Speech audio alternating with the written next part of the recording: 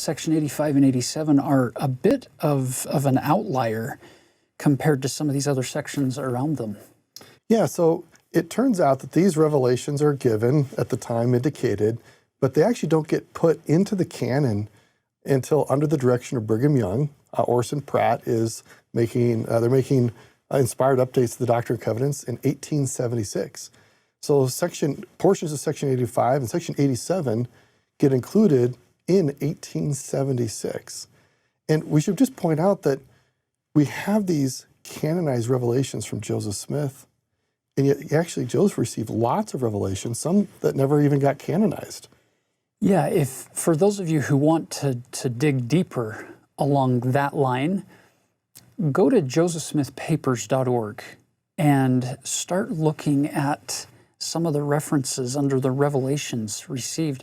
And you'll notice if you go by year, 1830, 1831, 32, 33, you'll notice the long list of documents and letters and papers that we have access to.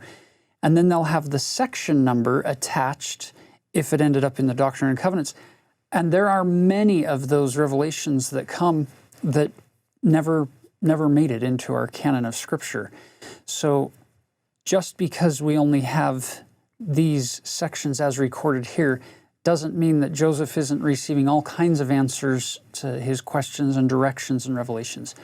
And again, we would encourage you, if you're interested in that, to just start looking around at some of those additional sources.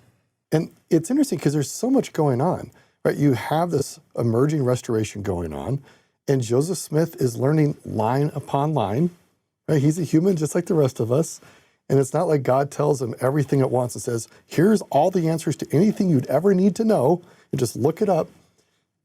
He has to return to God again and again as situations arise, and he's continuing to stay engaged in the Scriptures. And we'll see this in section 86, where he's going back into Matthew 13 with all these incredible parables, and he's receiving inspired interpretation about how do these parables help us understand the restoration.